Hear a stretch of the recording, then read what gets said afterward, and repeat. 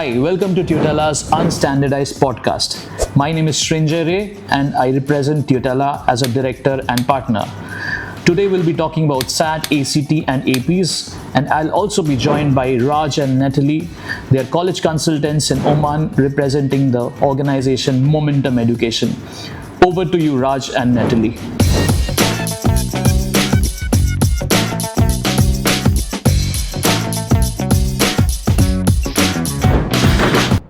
Welcome, everyone. My name is Natalie Baltimore. I'm a co-founder with Momentum College Prep.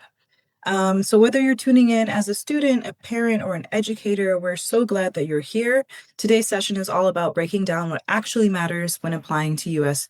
Universities and colleges, especially for U.S. citizens and residents, international students, or U.S. citizens studying abroad. Hey, I'm Raj. I'm the co-founder of Momentum, along with Natalie. Our goal here today is really to give you a behind-the-scenes look into how the admissions process works, kind of give you a view into the mind of the admissions officers, what they're evaluating and how they're evaluating you, and to make sure that your application can tell the strongest story possible. Great. And so also today we will be diving into 5 core components every U.S. university looks at, including strategic testing timelines and AP planning. We'll also do a 4 real student case study, looking at who got in, who didn't, and why. And finally, we will be giving you a set of free tools that you can start using today to jumpstart your journey. So please stay in tune for that. So let's dive into it. So to begin, what are colleges actually looking for? So let's start with a myth buster, right? I think many people think that families are looking at just grades and test scores when they're evaluating candidates. But the truth is that it's more holistic review than that. So they're asking a handful of questions. Is the student going to thrive academically? Are they going to thrive on campus? Are they going to be involved?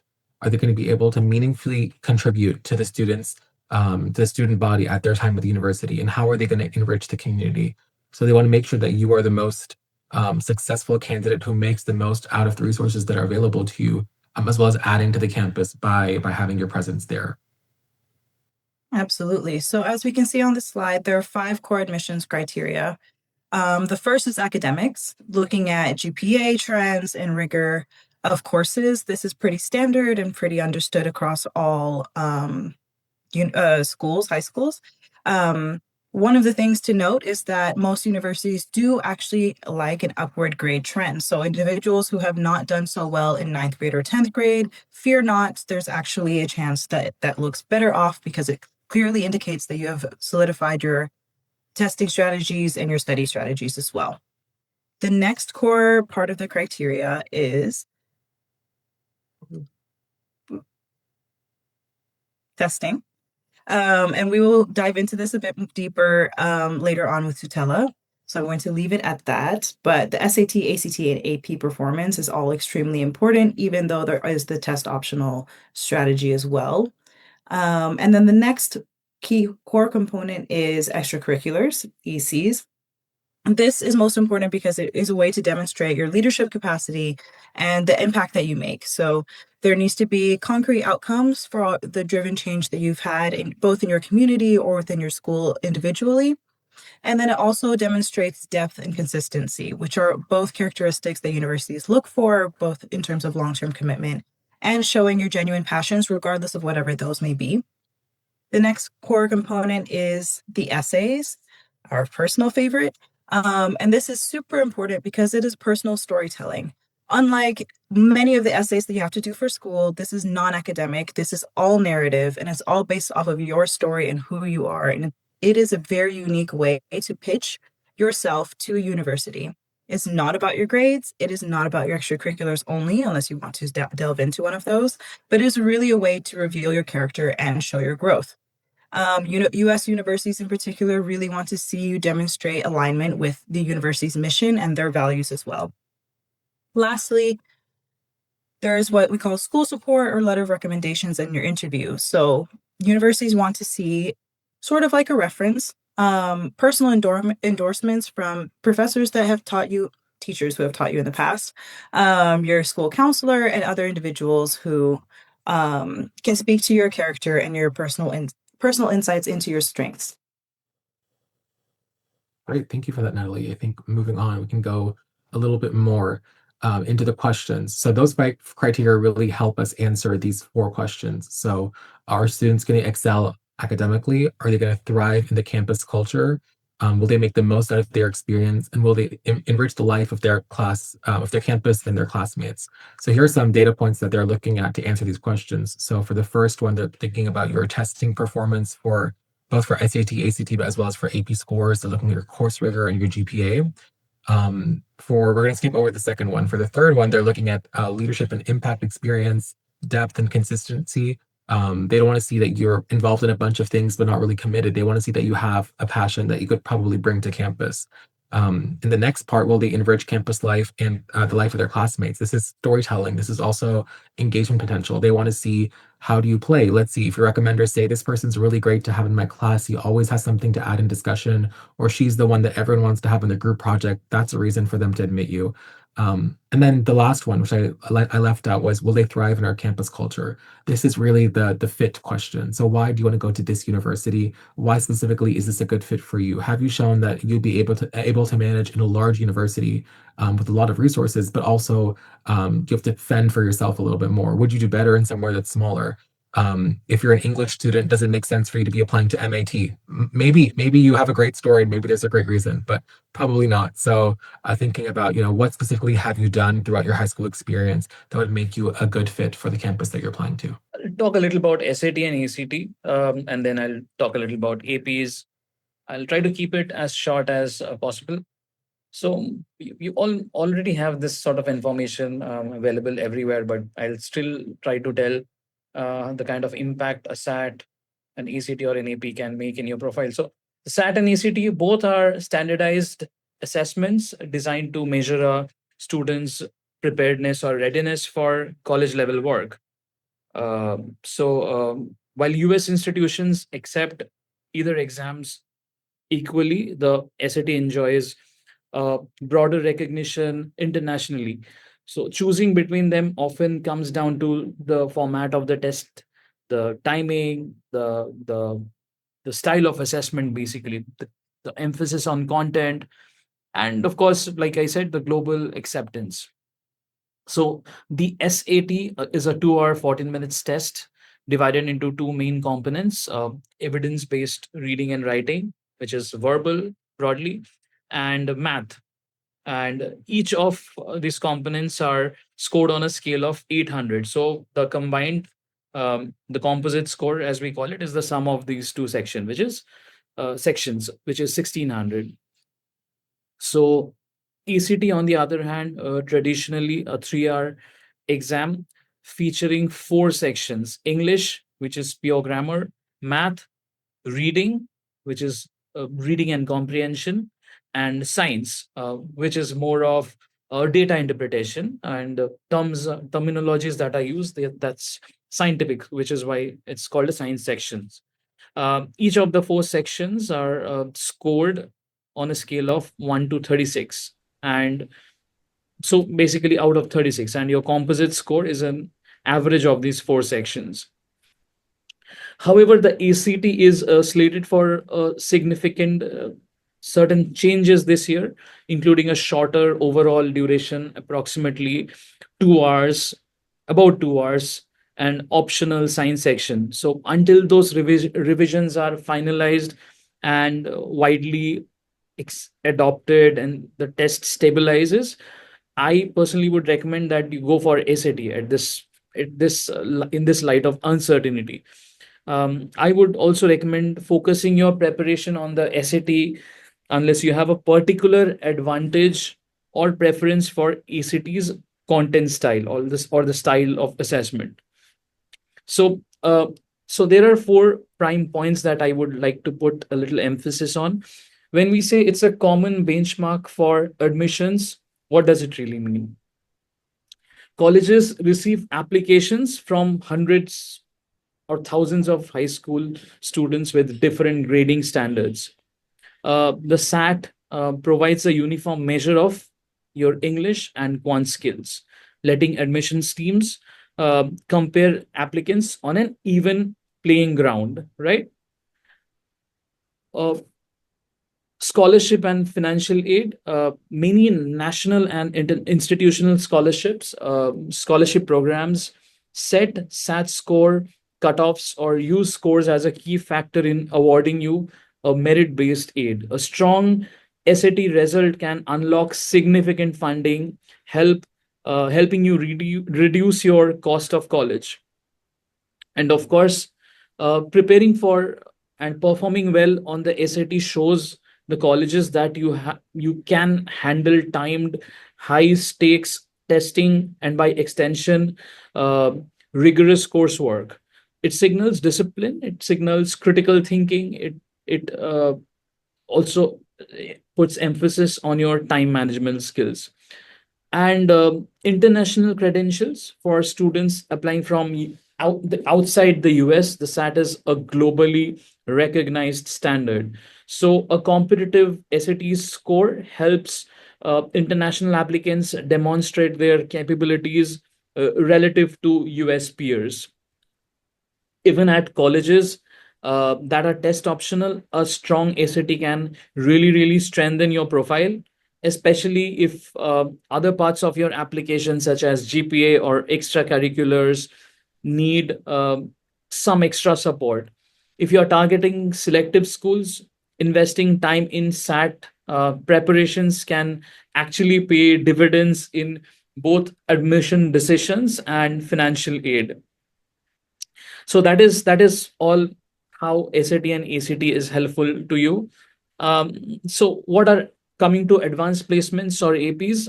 What are these APs? These tests give students the opportunity to demonstrate their mastery in rigorous college level content. These are in specific subjects. So by achieving a good grade on an AP exam, it is possible to earn college credit at majority of the colleges and universities across US, Canada, and a lot of other international across different international universities. So it's a year-long module and conducted and held once in a year for international students in May. APs are evaluated on a scale of 1 to 5. So APs are accepted, like I repeat, not only in the US, but Canada, Europe, Australian universities, even in India. APs are sort of mandate for certain colleges in UK. For example, if you're applying for a math major in Oxford or Cambridge from from a different curriculum which is not well recognized, so it is recommended that you get 5 out of 5 in 5 APs. Once again, what's the purpose of what is the real purpose of APs other than these? The APs help you prove your academic excellence in core subjects while you're applying for colleges, and helps you get college credits, and actually translating to a waiver on your tuition fee. US colleges, Raj and Natalie would be able to explain this better, but US colleges is all about a holistic approach. If you haven't performed in some of the subjects in schools, APs can actually bridge the gap, and also, if you are in an IB school and if you have missed out on a particular subject in school due to the subject selection norms, you can fulfill it by taking that specific subject in AP, and it also adds versatility in your profile. And the most Right. And one of the important things, and the other most important factor is it gives you a head start in your school, since they are conducted right at the beginning of the year. So that's about it. Yes, Raj, over to you. right. So I wanted to add as well, taking APs can actually save you money as well.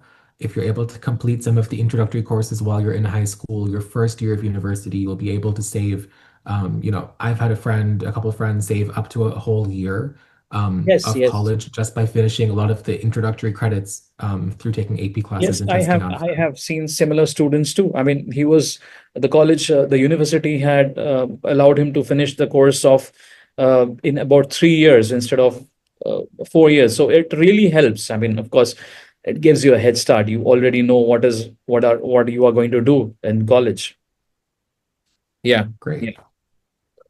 So moving on to the next slide, here's some more information Yes. about AP classes So, and how to so pick. there is no thumb rule to the what APs can you take at which stage. APs can be taken over the 4 years, last 4 years in school. Don't try to take everything in one go. Spread them evenly over a period of 3 years at least.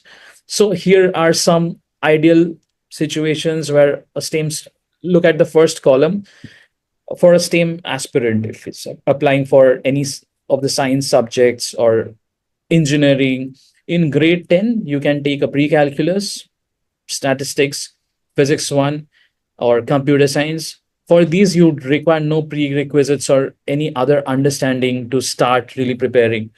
And there is, again, take only as much as you can manage. Don't rush and don't end up taking so many APs that you can't manage. In 11th, AP Calculus BC, Physics C Mechanics, Physics C ENM, Physics AP Chemistry, AP Biology. Again, don't take all of them together, not recommended, but take as much as you can manage. Um, for why these are recommended in class 11? Because there are certain prerequisites. In order to start preparing for calculus, you need to understand pre-calculus concepts like functions, limits, continuity, which is taught to you before that or in 11th grade. Moving on to the second column, it's an ideal situation for a business or a finance or an economics aspirant. Grade 10 is when you can take statistics or pre-calculus. You can take a lot of other subjects in order to, increase your show your interests in papers like psychology or anything that you can manage. Grade 11, AP Calculus AB, Microeconomics, Macroeconomics, AP Business. Just to mention that AP Business has not been it is about to tentatively be launched in the following year. College Board has not mentioned anything about it as yet. Also, to mention a slight difference, if you look at Calculus BC in the first column and Calculus AB in the second one, Calculus AB is a subset of Calculus BC, so about 70% of the content. So BC is recommended to the STEM students, whereas AB, if you're still trying to show your quant skills, then AB is recommended for non-STEM students. Here, third column is about a few of the APs which you can take in addition to the ones that I've mentioned: EVS, any of the history papers, psychology, human geography, US government and politics, all the APs relating to English language or any other foreign language, and APs that ideally shouldn't be taken before grade 11: Calculus BC, Physics C Mechanics, Physics C ENM. The C bit in Mechanics and ENM stand for calculus. And AP Chemistry, again, some understanding before you start these subjects. So yeah, over to you, Raj. APs really to speak to both testing as well as rigor in course selection. So the recommendation we give to all our clients is take as many difficult classes as you can do well in. If you can do well in 5, take 5. If you can do well in 2 or 3, that's fine as well. Absolutely. Yeah. Great. So moving on, we're going to both talk about this slide a little bit, kind of explain what your timeline would look like, whether you're working with us or not. But this is kind of what the ideal timeline would look like. So maybe we can go year by year. Yeah. So in 9th grade, planning is very important. The sooner you understand what your aspirations are, the better you would be able to manage your APs, your SAT. So, like I mentioned, the APs that do not require any prior understanding of, some prerequisites or anything like that can be taken in 9th or 10th, right? And Great, in yeah. 11th, I'd like to add in 9th grade as well, at the beginning of the year, if you were working with us, this would be absolutely. a good time to pick your classes, strategize about what extracurriculars you want to do, and work to develop strong study skills as well, so that Right. you have a strong foundation going in. I think a part of the thing that we focus on in our work is making sure you have a strong narrative going into your application, and colleges can see right through it if you're suddenly adding a bunch of extracurriculars 1 year before you're applying. So starting in ninth grade and starting off strong does make a big difference. I often I come across this question: is there an expiry for the test score that I have? Not really. I mean, if you've taken something in ninth or tenth, it they kind of stay as long as you as long as you want them to. And so SAT can be taken in 11th or 12th or even in 10th. Take it in 10th. So to give you some idea of what is the content of SAT, it's primarily what you have learned through your primary school. And uh, the core content is from ninth and 10th grade. So if you have finished ninth grade well, if you are managing and not struggling with your grades in school, you can take it as early as when you are in 10th. But if you are not really managing your grades well, you should focus on your grades and then start preparing for SATs only once you move to 11th. And yeah, so that's about it.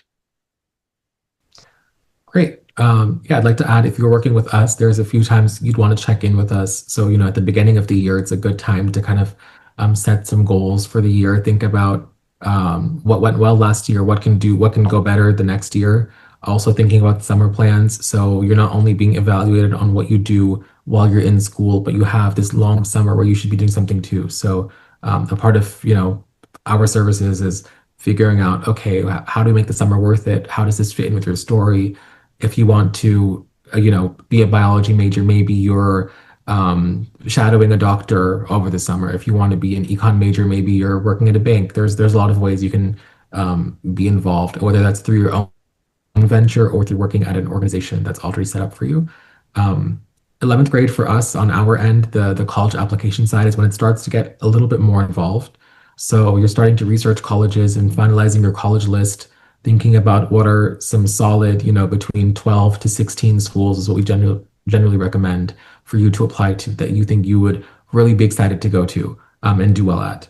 And then senior year is when it gets crazy. So this is why we do recommend if you can finish your SAT in 11th grade, it's a big advantage for you because when senior year starts, you don't want to be worrying about that. So how you see in the plan, SAT second attempt is in August, which is a good time to be done with the SAT before the craziness of senior year really starts to kick in. So this is the time you could work with us, check in once again with your finalized college list, start drafting the college essay before school starts, and then the big stretch is between September and December to revise the essays, get letters of recommendation, and actually submit the applications. I think some people can be surprised by how many essays you had to write. We've had clients write between like 20 and 40 essays. It's not uncommon because every school you ask for has the one main question that's common between all schools. But then they also ask for specific questions for their schools, and it can range between a few schools don't ask any, a few ask just a couple, and the more selective ones can ask up to 4 or 5 essays and then 4 or 5 short questions as well. So it can get very tedious. And then once the applications are submitted, this is the time we start thinking about interviews, start preparing for them. When they ask you questions that are, why do you want to go to this school or why do you want to study this subject? It's good that you know at the top of your mind. And then finally, once you've been admitted and picked a college, it's also really big decision to make is where do I want to go and how do I transition? How do I set myself up for success? So thinking about, okay, well, what do I want to do at that college? What kind of dorm am I going to fit best in? What clubs and organizations should I be looking at? How did the class structure work there? So we can help with that portion as well. So yeah, from our end, I think similar to what you were saying, Shinjay, is taking the SAT and APs early is always great. So you can leave senior year and have a little bit more time to focus on the Yes, actual application materials. of course. And I also keep getting questions: when should we sign up? Should we have a counselor? When is the right time to get started with a counselor? Well, technically you don't require a counselor, or nor you require a SAT prep organization like us. But someone who has been through that and has the expertise, they know what the colleges are looking at and eliminates the redundancy. You should have a mentor right from the beginning. Maybe there is no work, but then at least get the advice, have a good understanding of how your next 3 years, 4 years should pan out. And yeah, I mean, it's important to really have the plan chalked out, and have certain goals in place, short term, mid-term, and long-term goals. And that's where I think someone like Natalie and Raj would be very helpful. They can be your mentors. They have been there, done that, and now they're here to guide you. It's a long and arduous process. So having experts who can help you and say, this is not, nothing new to us. We've helped many students through whether it be testing or through the application process. I think I found it personally very helpful to have someone just to hold your hand a little bit and give you some guidance and tell you kind of objectively, here is what's going to happen. Here is what we can predict for you. There's a lot of information out there. So making sure you're getting it from someone who knows what they're talking about is really, really important.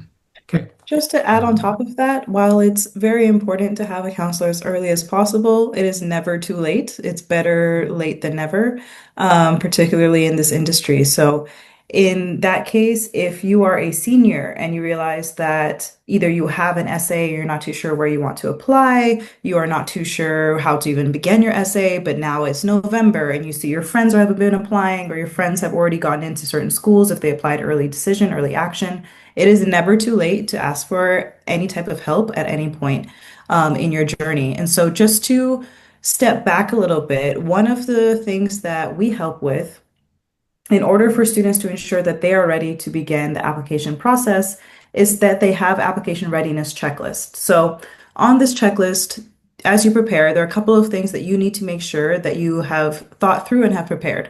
So on the checklist should include your grades and course rigor. You should have demonstrated either an upward trend or consistently high trend of good grades and challenging courses. Another aspect should be that you have taken or planned your standardized test, as we've just spoken about. Then you should also have your extracurriculars showing depth and leadership. You should also have your compelling essay or an idea of what you want to write about for your compelling essay. And if you don't have that idea, you can always have us. And then within your application readiness checklist, the last part is just that you have your recommenders. So you have spoken to your favorite teachers or the teachers that can really speak to your character and speak to your strengths as well. So if we can move on to the next slide. Let's take a step back and look at the stages for SAT AP prep with Tutela. This is how we do it. I mean, there are various good teachers out there who can do the same work, but it's a very structured process that we follow at Tutela. We fragment the course into three parts, three phases. So of course, we start with a diagnostic test. We have an idea of what the starting point is, how much effort is required, when can you take the test ideally.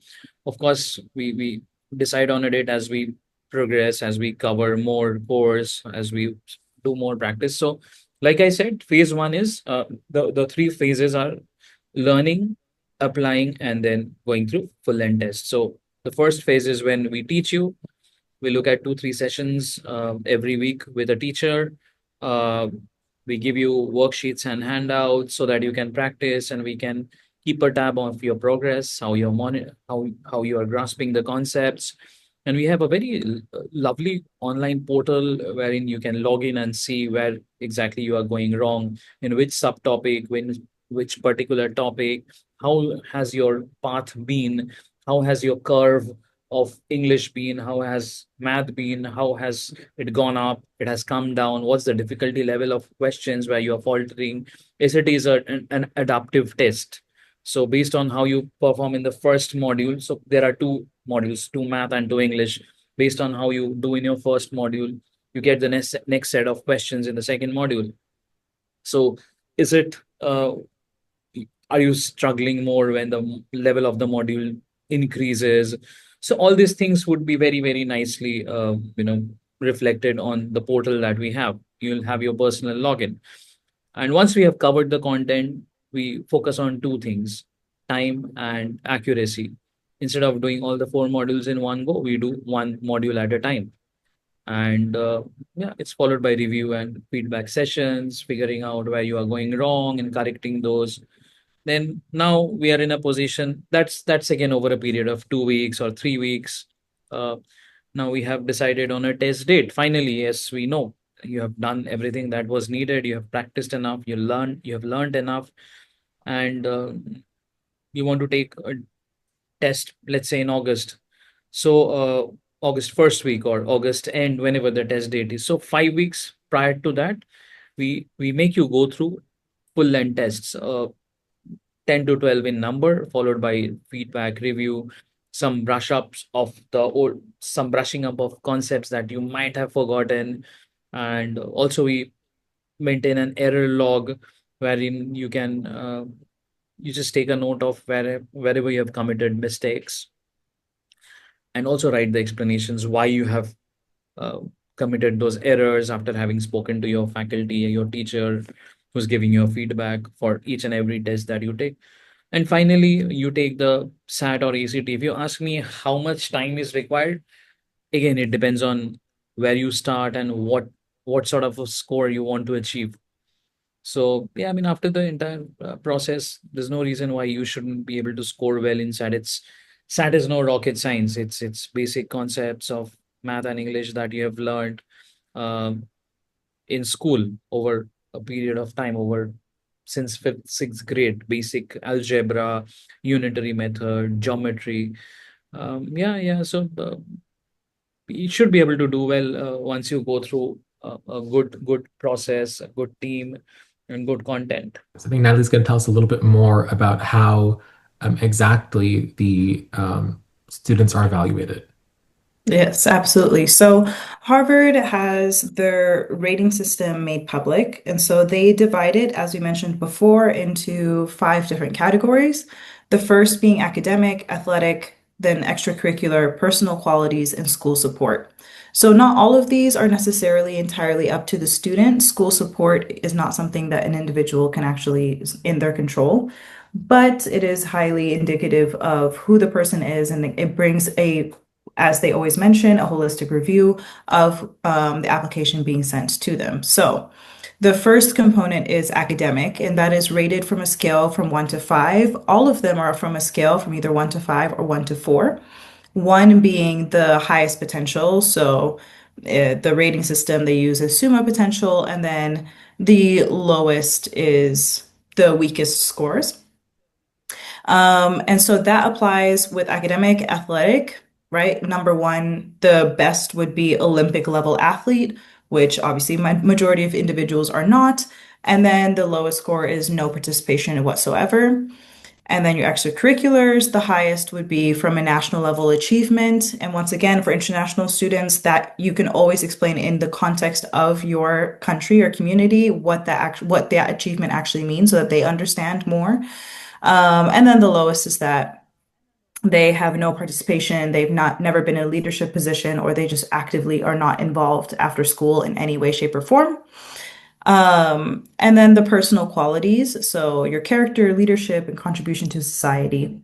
And then lastly, this is the part that's not up to you, but school support. So that is how your teachers and your counselors speak about you as a student and as a person within an academic community, which is really important for them to consider when they imagine what you would be like on their campus as well. And so all of this is to say that some individuals, you will not score 1 in every single one of these categories. Some may, but the odds are that you will only score a 1 or a 2. The goal is to score a 1 or a 2 in at least multiple of these areas, not just one. So to be an Olympic level athlete is great, but not if that means that your academics have suffered and you're not involved in your community and you have not been doing anything else with your free time and your teachers have nothing great to say about you. That being said, some individuals did not have time to be an athlete. They have not had any time to do extracurriculars because either they had to work or they had to take care of a sick family member, or there are some other extenuous circumstances which we'll explain. Those can all be explained. This is all subjective and customized per student. So there is no world in which the universities would tarnish, or your application would be tarnished just because you did not have the same opportunities as many other students may have had.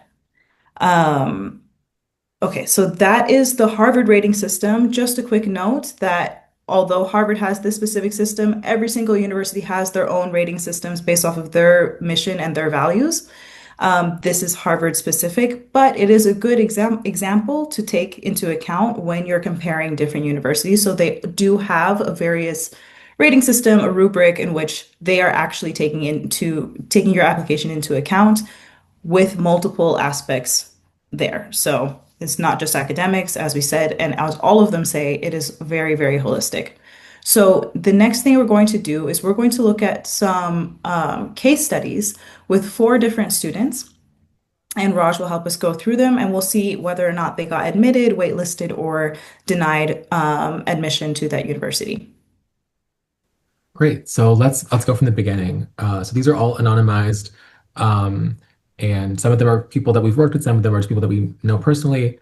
So let's begin with Sophia. So you can see academically she's quite strong. She's taken 5 AP courses, has a 3.9 unweighted GPA. She scored top 5% in her SAT, scored a 1500. And here's the thing: she's a robotics captain, and she won the state's championship, which is a big deal. And then her essay was about designing low-cost prosthetics. So I think the easiest way to evaluate anybody's profile is to go back and think about, okay, where would she land academically, athletically, personally, school support-wise, and extracurricularly as well. My takeaways from this would be she's seems very involved.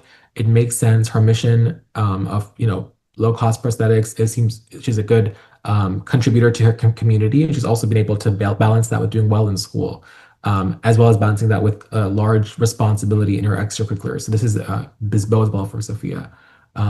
If we look next to Jamal, we see his GPA was a 3.5.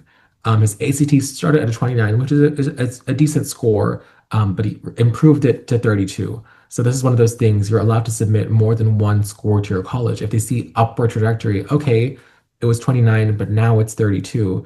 They can see this person's worked really hard, they've made an effort, they're able to perform, and the 32 might be able to outweigh some of the faltering or some of the concern from the GPA, because it shows that he is able to do the work.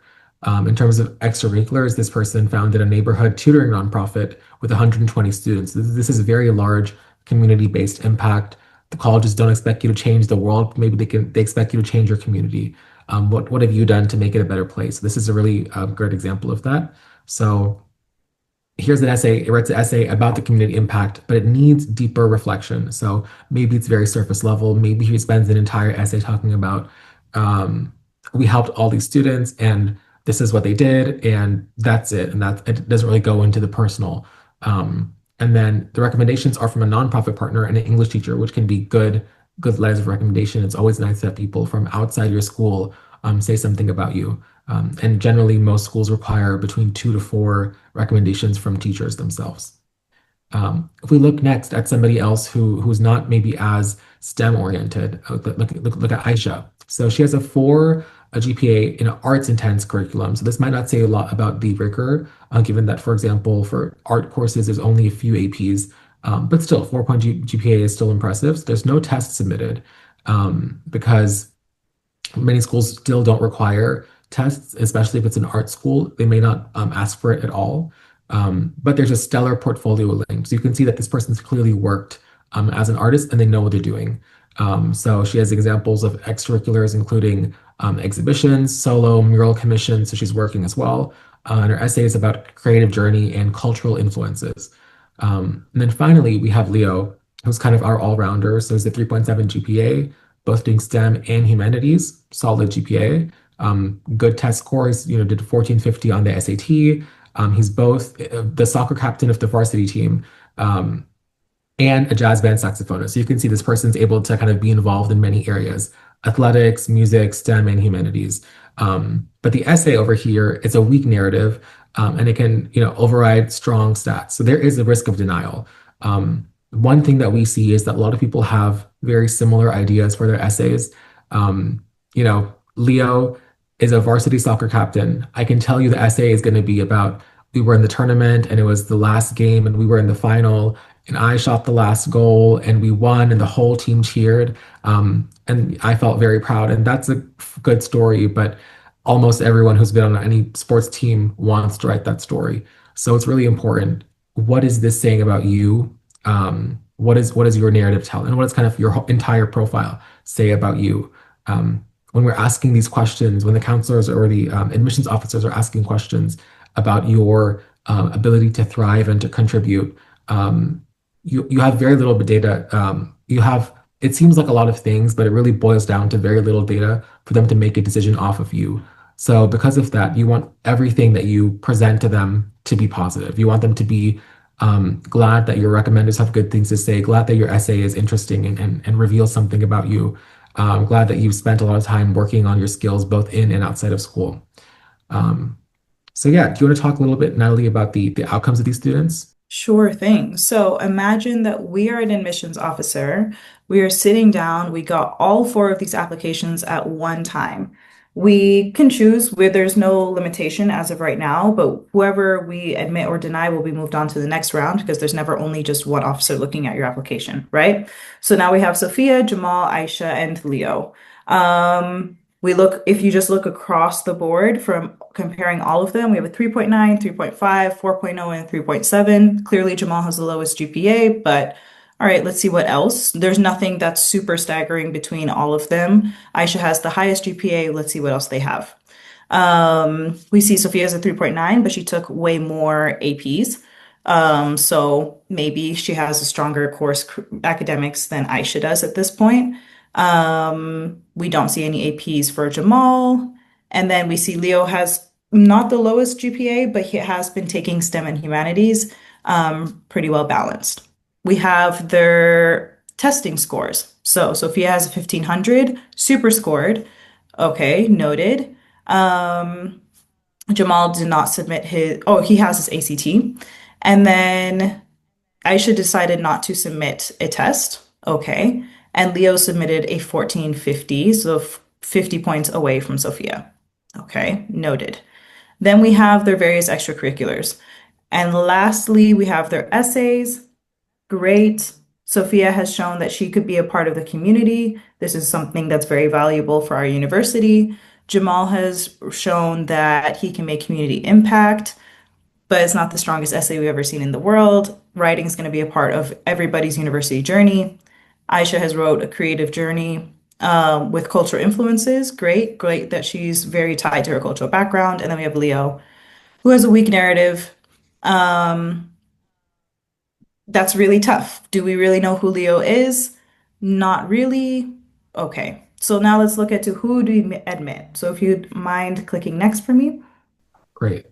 So I think that now is the time, as an audience member, you should decide if you're only admitting a couple of these people or only moving a couple of them to the next round, who would you want at your university? Who's going to kind of provide the most richness to your campus? So let's start with Sophia. Okay, so Sophia, we have decided to admit. Why did she get in? So Sophia has demonstrated strong academics. We saw that she challenged herself with various AP STEM courses, even if she didn't take AP STEM courses specifically, if it's STEM that she's interested in. So in that case, when it comes to Jamal, as a university admissions officer, looking at his application, there are stronger applicants like Sophia, and there are weaker applicants, as we will say later with between Aisha and Leo. But Jamal is not a clear admit. And so in that case, they're going to put him in the realm of waitlist. And later on, they will let him know if he has admission to this university or if he will have to attend another university. If you are Jamal, do not despair. There are things that you can do to make sure you get the waitlist and you're admitted to the university of your choice. Okay. So then we have Aisha, who was an admit. Why was she admitted? So Aisha had a clear personal voice demonstrated in her essay. She had exceptional creative identity, which is always great. A lot of universities are liberal arts schools who have a lot of art related or humanities programs. And just because Aisha is not somebody who's going there to be an engineer or something that's STEM specific does not mean that she will be rejected from a university. She has also aligned with like a lot of liberal arts colleges in terms of values, and she would be a good fit for the community that's there. Unfortunately, was denied admission to this university. Now, why was Leo denied? Leo, although he has great statistics, right? He has the 3.7 GPA and he balanced STEM and humanities. His essay lacked impact and it didn't connect his talents to his broader growth and who he is as a person. And so it is very difficult as a admissions officer to really understand who Leo is and what makes Leo a really strong candidate and very much fitting for that university. So the essay is not something to be taken lightly. It is not going to be the be all end all of your application, but it can really, really, really tarnish it if not, what's the word I'm looking for? If not done well, if not, looked into. Right. So I think as an admissions officer, I'm sitting on this side. I can imagine Sophia on my campus. She's going to do well in school. She has a good, strong academics. She's probably going to be involved in, maybe she's in a startup. Maybe she's involved in robotics at the university. Maybe she does research. There's a lot of ways you can see Sophia being successful and valuable to campus. Jamal, maybe, his academics are fine. The score is, improved. That's a good sign. We're not exactly sure who he is, though, because the essay kind of lacks that focus and narrative. Going forward to Aisha, even though she submitted no tests and doesn't have any proof of APs, for example, we know who she is. She's going to do well in an arts curriculum. She's probably applying as an art major. Her art itself is good. It speaks for itself. She's gone out of her way to present both in galleries and mural commissions. Her essay kind of shows that she's committed to this. And for me, sitting on my side as an admissions officer, I can imagine her fitting in. Maybe she, joins an art club. Maybe she tutors kids and helps them with art. But you can imagine her being involved in that sort of way. And that kind of explains why Leo was denied. I think it might be surprising. The SAT score 1450 is good. 3.7 GPA is good as well. So why is it not enough? Well, we don't really know who you are. You're taking STEM and humanities, which is fine. But there has to be a reason, right? You're in soccer and a jazz band saxophonist. That's fine as well. But is there a reason? Maybe you want to teach athletes how to think like musicians, and that's your whole story, and that could work really well. But that's not what we have here. Right now, we've just seen a weak essay. We don't know why you're doing things you're doing. You need to explain that to us on our side so we can imagine how you would both be successful and contribute to a successful community of students. I think, colleges are very lucky. Most top schools get many, many more applicants than they can admit. So sometimes it's really the small things that can make or break an application. Moving forward, we have a few support systems. So you're not alone in this. Natalie, do you want to go ahead?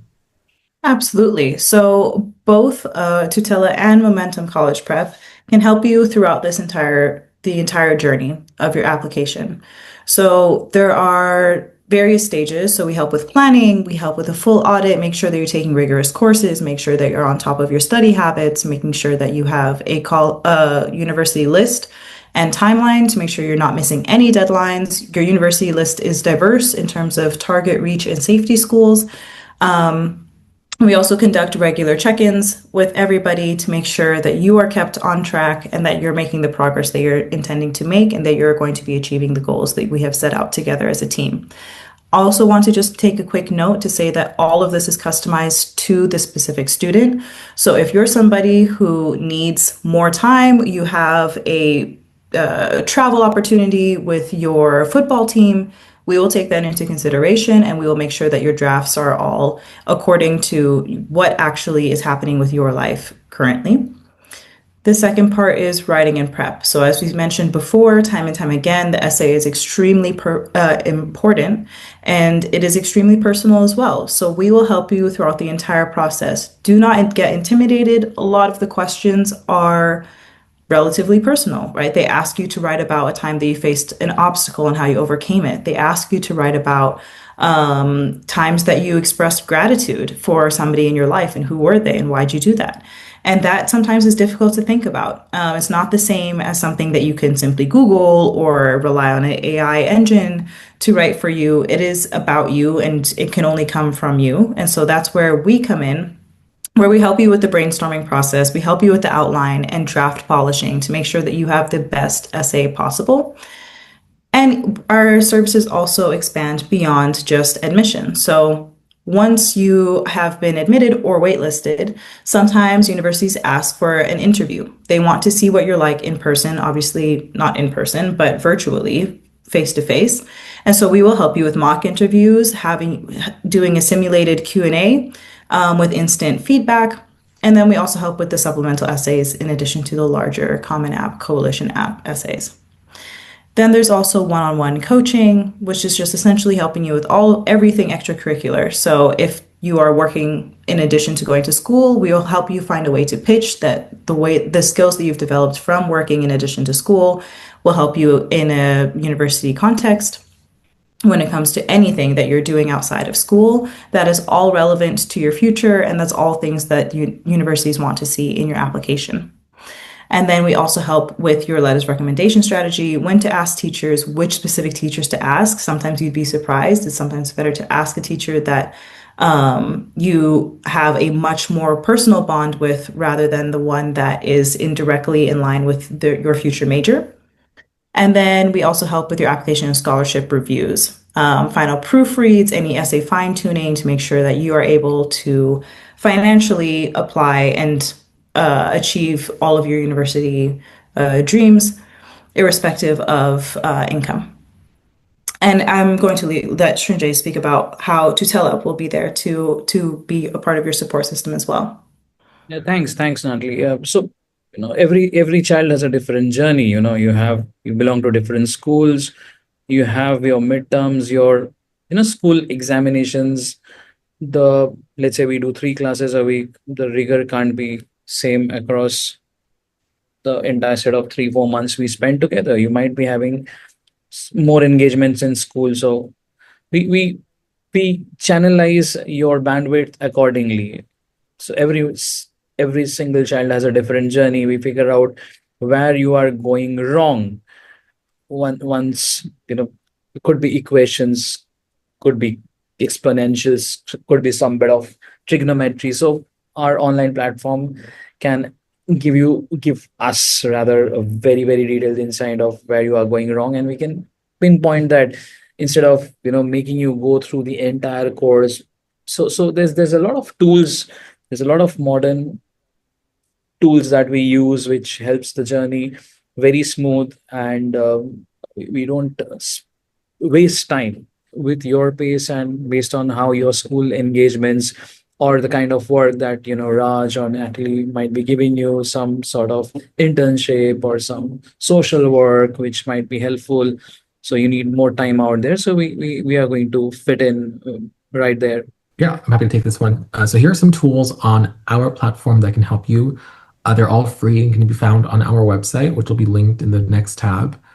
We have first the Momentum College Match. So we went through, we found thousands of colleges and basically figured out which ones were the best for you based on your score and what you want to study and your preferences. So it's going to help you find the perfect reach, target, and safety schools in you. So we're going to compare you to compare your interests. So let's say you're interested in a really good school for economics, we'll find that for you. And basically you fill out this form and you'll get an email within a few minutes matching you to 15 schools that you should consider, 5 in each category. We also have 2 essay-related ones. So which Common App essay should you write? There are 6 prompts. There's a 7th one, which is write whatever you want to write about, but there's 6 prompts that are given. They generally don't change. So you're answering a quiz that's going to help you figure out which story do you want to highlight. And it's going to help you brainstorm some questions based on the narrative that you help it create. And the next one is what's your college app vibe? So what's your college essay vibe? So it's going to help you discover your tone and your core values. So who are you at your core? What stories do you tell and what style of story should you be telling? The same essay is not going to work for everyone. So these are kind of figure out where do I start? And they're all for free on our website. So those are easily accessible. And if you have any questions, you can ask us about them. Great.